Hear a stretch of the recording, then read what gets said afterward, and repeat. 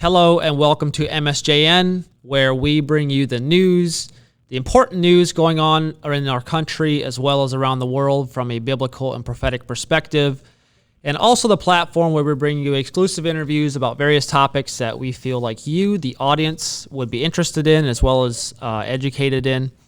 And today is one of those interviews where I have a feeling we will be very much educated after this interview is done on things that we have not been taught before or learned before.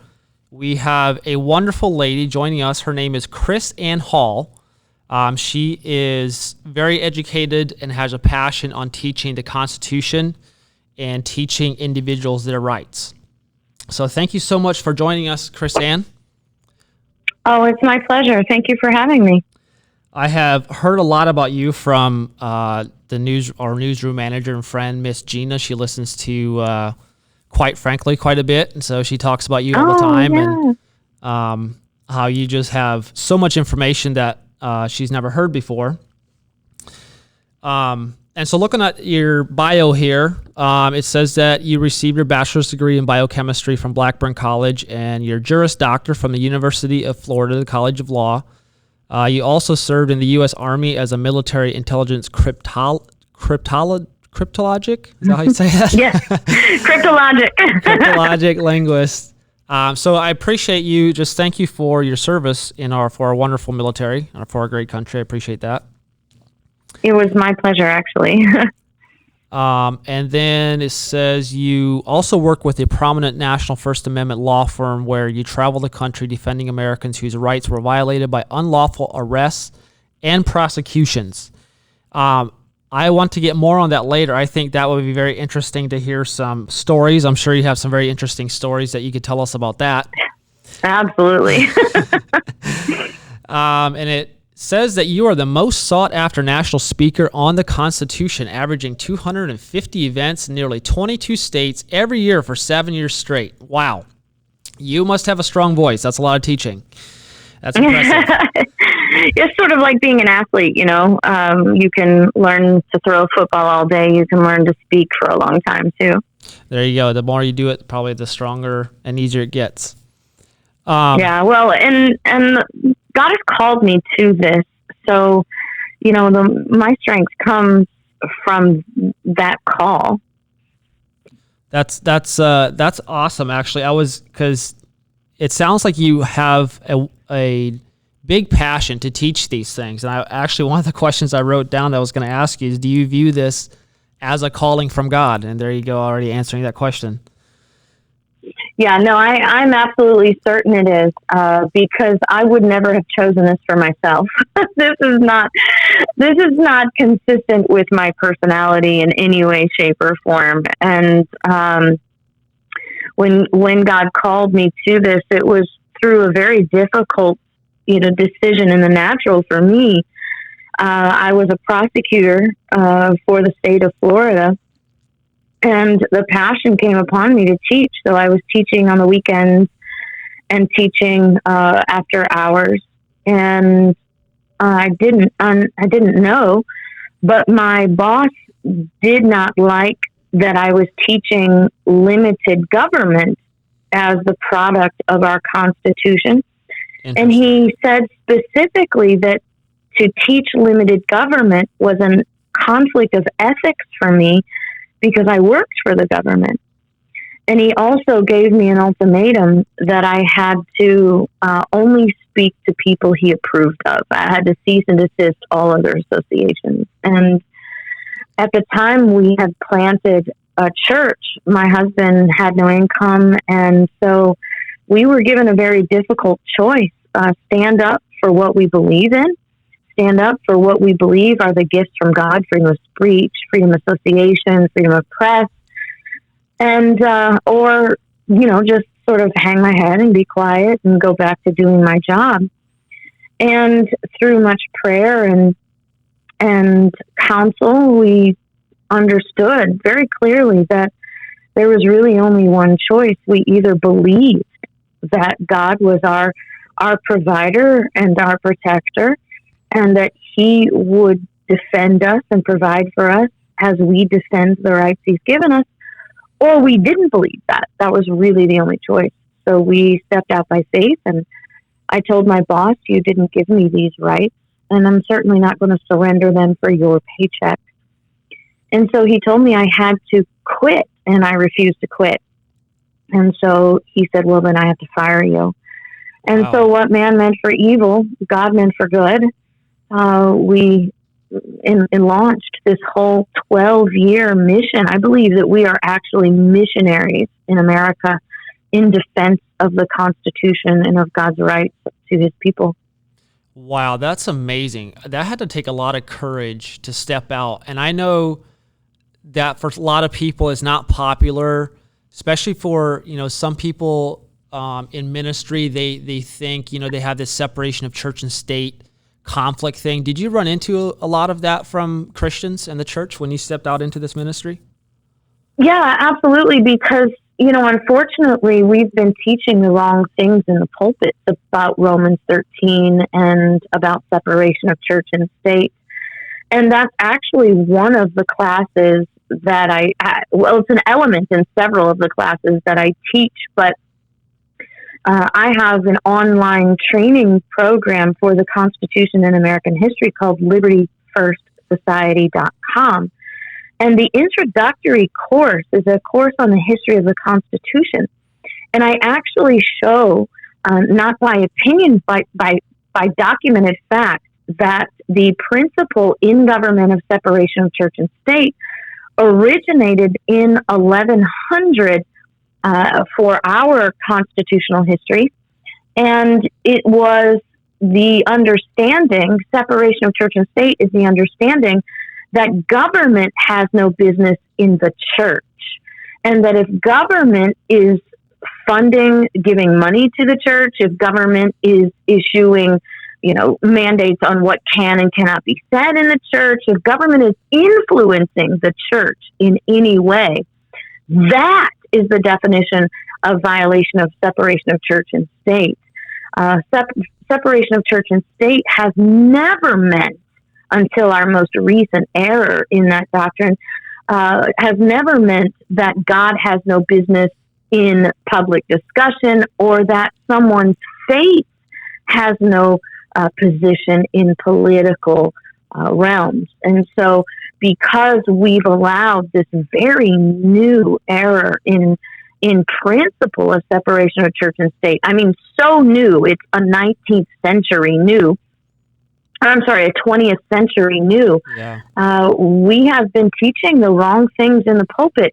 And you know what we've done? Our pastors inadvertently, most of the time just inadvertently, many times simply out of fear, and unfortunately sometimes even out of idolatry, our pastors teach this errant understanding of separation of church and state, which has served to silence the most powerful and effective control on tyrannical government throughout history. Because you see, there is no more powerful control of tyrannical government than the educated, activated body of Christ. Wow, that is powerful. That is very powerful. And I don't hear this message. I'm hearing it more and more from people like you, and I really appreciate you guys stepping out, especially when this wasn't popular, and it was even less popular, like you said, 12 years ago when you started this. Yeah. So just battling through that and informing people, because you're right. When the more I study American history, the more I see how Christianity shaped this nation, and it was Christian leaders that actually influence. If you go, I'm sure you know this. Of course you do, because you teach this stuff. But Connecticut is called the Constitution State, and I read that the first American Constitution was actually basically a printed sermon from principles straight from the Bible. Yeah, and absolutely. And the entire concept of liberty for all, the entire basis for religious liberty for all in America comes from a minister by the name of John Leland. He's actually the founder of our Bill of Rights. He was the leader of the Virginia Baptist General Convention in Virginia, which happened to be the most powerful political entity, political control in that day in the state of Virginia.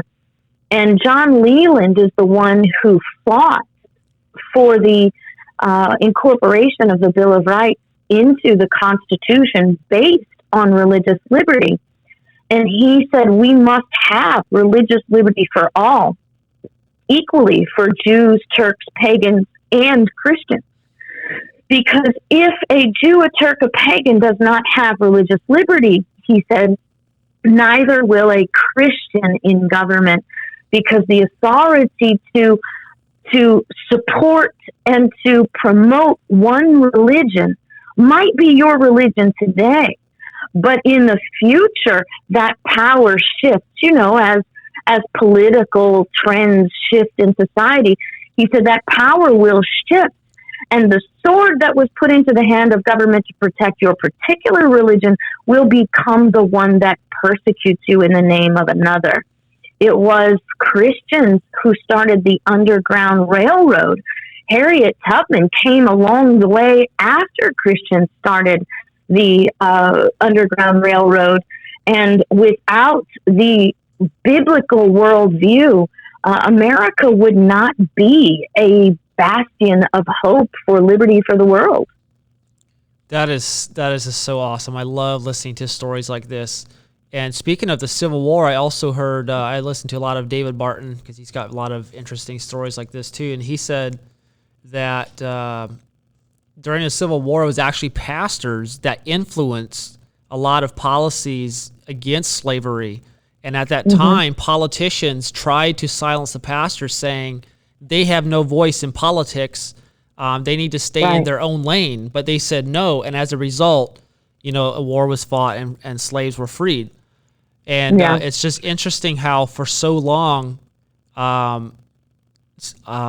people, or the opposition, I guess, has tried to keep Christians out of politics, and they have kind of gained more ground recently. Yeah. Well, it's an interesting bit of that history. I teach a course at LibertyFirstSociety.com called Slavery and the American Founders.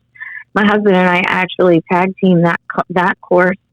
And it's amazing how our country was actually founded. Our Union of States were actually founded on the principle of ending slavery. It's a part of history that our textbooks don't teach, because our textbooks have been co-opted since the mid-1800s to refocus our attention in different directions. But in reality, we declared independence from Great Britain in part because we wanted to end slavery in the new states, and the British government wouldn't let us. Virginia, as a colony, tried to end slavery before the independence, and among other of the colonies, and Great Britain, who was the owner of the colonies, threatened Virginia and the other colonies with economic sanctions and even military actions if they were to stop slavery. And the pastor's role in that is so impactful that when you look at the 1850 census, there were, in the states that still allowed slavery as by law, only 2% of the population in those states still owned slaves. So slavery was well on the way to being done in America within the states, and largely in part because of the message of the body of Christ socially condemning slavery, and then the hedges and the highways spreading the gospel, the salvation, bringing the end of slavery through the power of the Holy Spirit and the conviction that it is wrong to own a human being. Wow, and this was during the 1800s, you said? Yes, the 1850 census proved that only 2% of the people in slave-owning states still owned slaves. That's very interesting. And wasn't it in the late 1700s that some of those northern states like Rhode Island or Delaware actually banned slavery? Weren't they like the first states to do that? Well, there were states that banned slavery upon our independence. So in 1776, when we declared independence, there were states that banned slavery straight from the beginning. And then you have many of our founders like Alexander Hamilton and John Jay, who, even though New York still allowed slavery, still permitted slavery in New York, John Jay, Alexander Hamilton, and a number of our other founders started the Manumission Society, which was a society to educate and to free slaves into education so they could become participants and citizens within the American Union, within the state.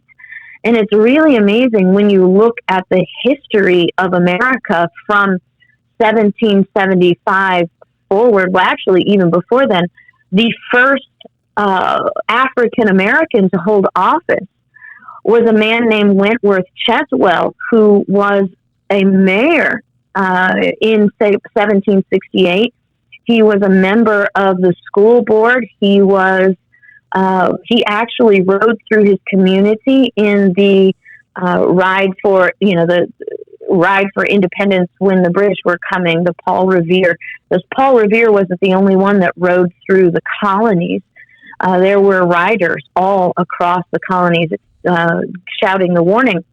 And so we have a very long history of African American men and women who were free before the Emancipation Proclamation, who were citizens before the 15th Amendment and the 14th Amendment, who were heroes and entrepreneurs and patriots. And we don't teach that history, unfortunately, but we have a class at libertyfirstsociety.com that my husband teaches called More Than Victims, America's Hidden Black History. And we used to teach it. There's a whole textbook written that we used to teach about these African American patriots and heroes who operated as free citizens in America. And that textbook has been banned. Really? Yeah, not by conservatives, but by the progressive institution of education that wants our children to believe that the only reason that African Americans in America are free is because the federal government made them so. And so we have a whole revision of history around that to teach a whole segment of our population that they had absolutely no contribution to the formation of America, so that they will teach people to hate America. Right, and we're seeing that really widespread, especially through the whole COVID thing. We really, a lot of that stuff was exposed in the schools where parents actually finally realized what their kids are being taught. So I guess moving forward, speaking of the federal government, one of the things that is, a hot topic today is the Second Amendment, gun control. Democrats are calling for gun control. And you, in your bio also, it says you've written 6 books on American history and the Constitution, but you also produced 2 documentaries. One was about the power of the states, and the other one was the duty of sheriff. Right. And one of the things I wanted to ask you today was, a lot of people are wondering, okay, if the federal government wants to come for my guns, who's going to protect me? Would the sheriff protect me? And first of all, does he have authority to stand in the gap and fight, on my behalf? And so can you just kind of share the purpose behind that documentary about the duty of the sheriff and why it's important to know the duty of the sheriff? Yeah, absolutely. I would suggest that if you have not seen the first documentary, Non-Compliant, you can find it at noncompliantmovie.com. It's a nonprofit production, so it is available at no cost to anyone, and we welcome you to share it. It has been shared across the world because liberty is a gift from God. It's not a possession of Americans. So a lot of people around the world are learning from this documentary about the proper role of government, the proper flow of authority, and how all government originates from the people and all people rule over government. And to start, that's why that documentary is the first one, because that's the beginning. NonCompliantMovie.com. That's what you said, right? Yes. Okay. NonCompliantMovie.com.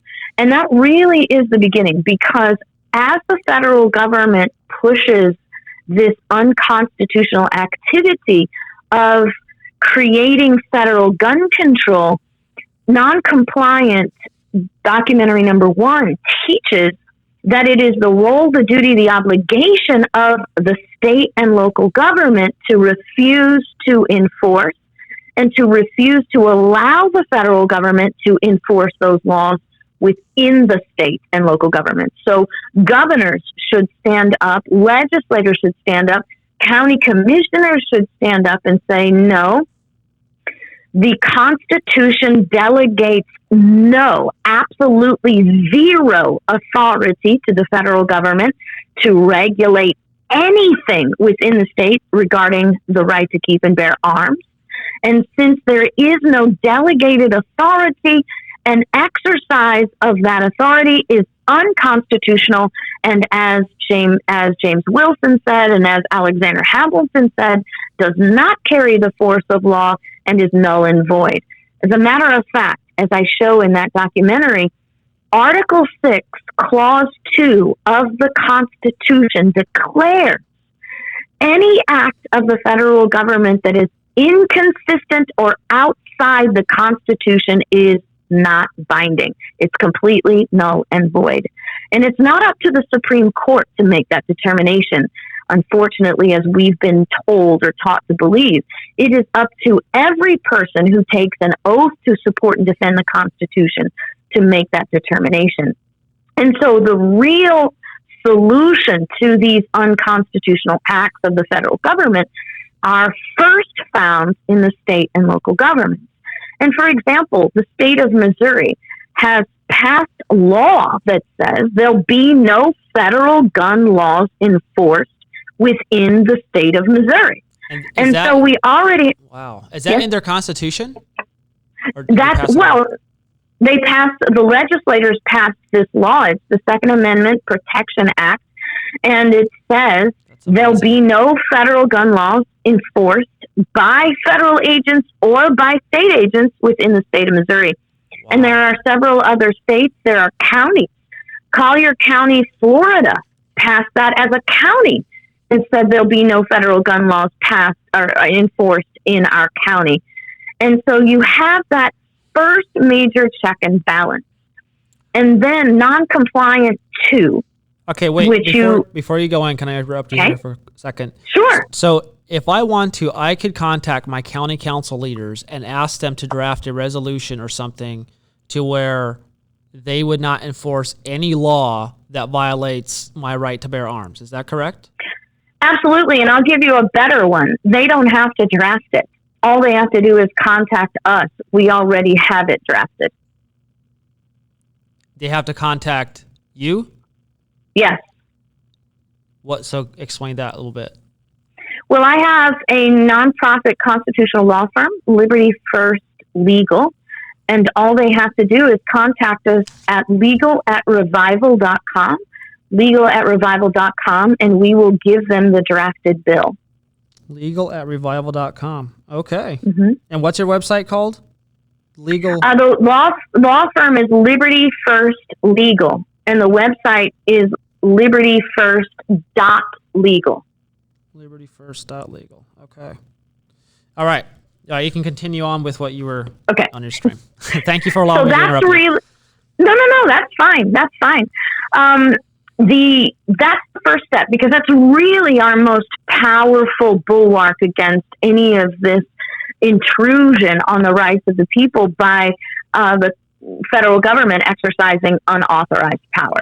And I realize, I am a constitutional attorney, and I realize that the federal government and the Supreme Court have invented a justification for all of this through the Commerce Clause.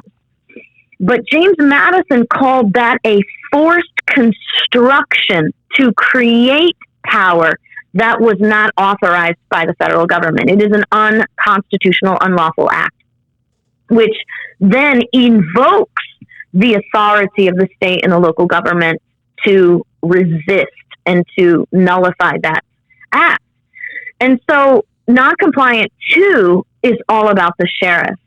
And the sheriff is a very unique institution in America that began in the year 849 in English government. And what NonCompliant II, now NonCompliant II has not been released yet. It will be released in October. We're finishing up production now. Okay. And what NonCompliant II will show you is how the sheriff began in 849 as a blind enforcer of the arm and demand of the king. So whatever the king said, the sheriff was a blind enforcer of that. And in 1215, the entire duty, obligation, and authority of the sheriff shifted, which is the most amazing educational indication of who our sheriff is today. Our sheriffs are not blind enforcers of the commands of government.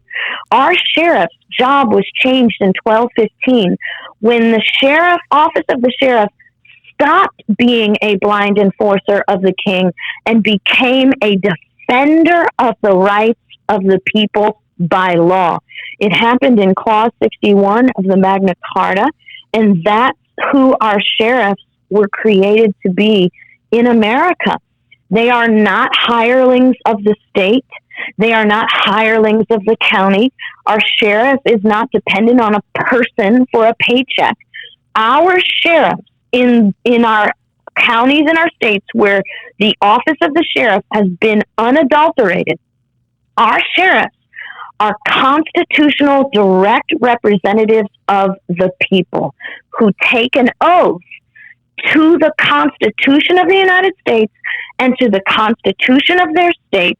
And their duty then is to compare every act of government to those standards and then enforce those that are consistent with the standards and refuse to enforce those that are inconsistent with the standards to secure the rights of the people, as has been the job of the sheriff for what now?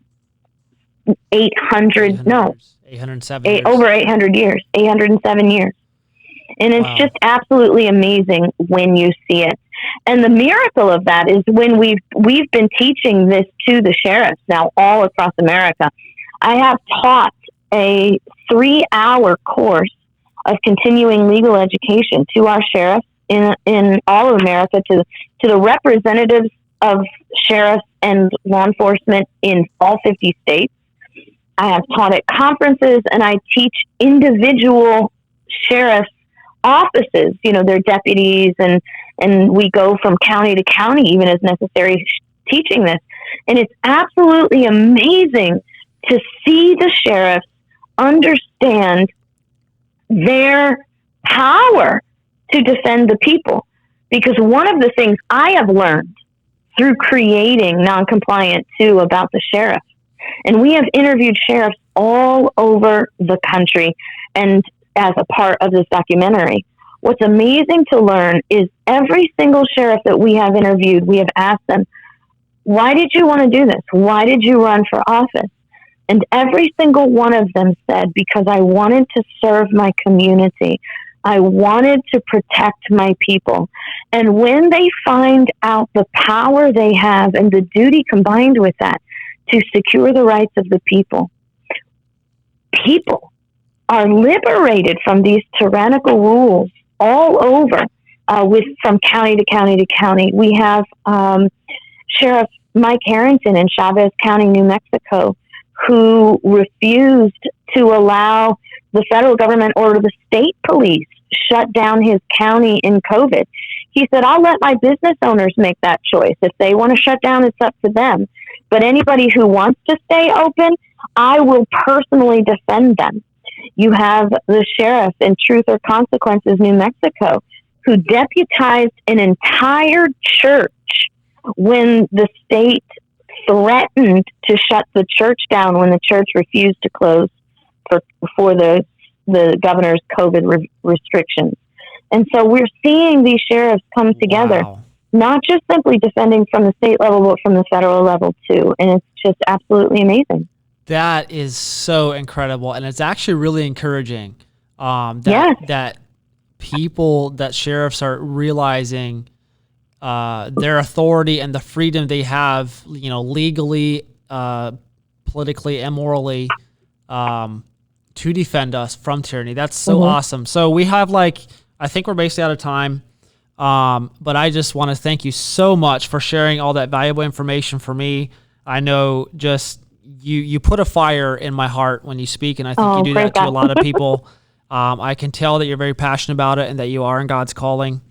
And I'm looking forward to another interview. Hopefully we can do someday about more topics. But until then. Oh, absolutely. I mean, you know how to schedule me now. I would be happy to come back anytime. We actually do regular appearances on some broadcasts, monthly or weekly if there's issues, and then periodically if there's issues that come up. I'm more than happy to hop on and do an interview with you guys. We love empowering the body of Christ with wisdom and boldness. That's awesome. And the thing that comes to my mind right now is the truth will set you free. And I think you are setting a lot of people free around this country simply by just speaking truth. And so I appreciate that. And I am definitely going to keep my eyes and ears open on how to give these materials to my local sheriff as well. That's for sure. So. Well, I have a book called Sovereign Duty. It's actually available on Amazon and I think on Books A Million and on a number of other outlets. Or you can get it. You can actually purchase it at libertyfirstsociety.com directly from us. And in my book, Sovereign Duty, there's a whole chapter on the sheriff in there. And it's a really good way to introduce your sheriff to this, especially before our documentary comes out. When the documentary comes out in October, we're expecting enormous results from that. But Sovereign Duty is a great book because not only am I presenting the information, in the back of the book there's over 185 citations because I don't just present the information, I give you all my research. And so the research is to show that this is actually based in fact, it's based in truth, and it's not theory, it's not ideologies based on interpretations. This is actual fact written by the people who lived the history and who wrote the Constitution.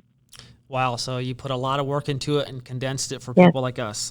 That's awesome. I'll have to look into that. Well, thank you very much. I hope you have an amazing, blessed day. I will, and thank you very much for the opportunity to talk with you. It's been really great. Yeah. All right. Well, looking forward to next time. Thank you. Thank you. Bye. Wow. If that didn't light a fire in you, it sure did for me. And I'm guessing you got as well as educated as much as I did today. You can check her out on KrisAnneHall.com. She's got a lot of information and resources on there. You can go on libertyfirstsociety.com. That's her other website where she's got a lot of information, a lot of resources for you to dig into. Her and her husband, like she said, her and her husband teach a lot of courses where you can get educated right from your home. So if you know of anybody in your local church or the church that you go to that would welcome her as a speaker or her team as a speaker to talk about this stuff and Christianity and American history and how much Christianity has influenced America, you can go on her website. You can contact her as well. And she said she would be glad to come to any church that welcomes her. So thank you guys for watching. We love having your support, and we love sharing this information with you guys. I hope it's relevant to you. And please share. If this really touched your heart, please share it to your friends, family, whoever. Post it anywhere and everywhere because we want to get the truth out to as many people as we can while we still have the freedom to do that. So thank you. God bless you. And God bless this great country of America.